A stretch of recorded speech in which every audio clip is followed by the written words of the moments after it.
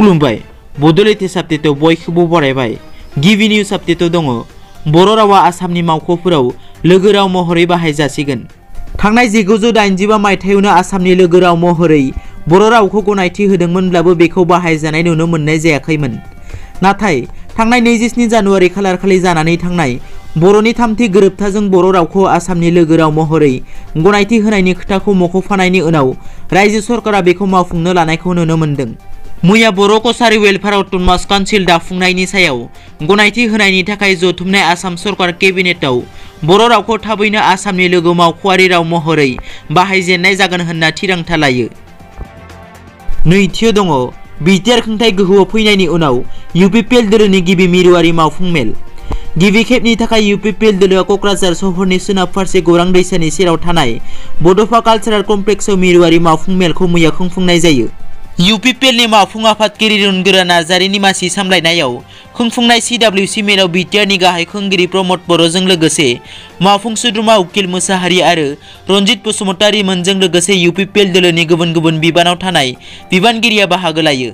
खौरांगिरिनि सिगाङाव प्रमद बर'आ बुङो दि बे मेलाव आफादनि इसिङारि माखासे गोनांथार आयदानि सायाव सावरायलायनाय जादों आरो थांनाय बिसायख'थियाव गुबुन गुबुन बियाबाव जेननाय आरो देरहानायखौ लानानै गुवारै सावरायनाय जादों होनना रोखायै फोरमायथियो। थामथियाव दङ हाग्रामा महिलारिया बुंदों बिटिसिनि गाहाय खुंगिरि बिबानखौ आंनो नाङा। बिटिसिनि बारग' खुंगिरि हाग्रामा महिलारिया खौरां मेलनि गेजेरजों बुङो दि गासैबो रायजोआरि दोलो बिपिएफ इउपिपिएल जिएसपि आरो एजिपिनि गेजेराव गोरोबलायनानै ज' जानांगौ। बिटिसिनि गाहाय खुंगिरिया सोर जागोन बियो उननि बाथ्रा, नाथाय जोंनि गेजेराव माहारियारि दोलोखौ लाबोनो नाङा। रायजोआरि दोलोनि गोहोजों बिटिसि खुंथायखौ जों लाखिनो हानांगोन। बिटिसिआ माहारियारि दोलोनि खुंथायाव थाङोब्ला थेर बेथेर जागोन। बिटिसिनि गाहाय खुंगिरि बिबानखौ आंनो नाङा, नाथाय गोहोखौ जों समानै लाखिनो नांगोन। ब्रैथियाव दङ नर्थ करियानि किम जं उन खुंथाया जोबथेसालियाव थानाय सुबुंफोरनि थैजों जिउ बिखासार बानायदों। नर्थ करियानि किम जं उनआ गावनि अहंकार गोसोखौ दुलाराय बुहुमावनो दिन्थिबोदों।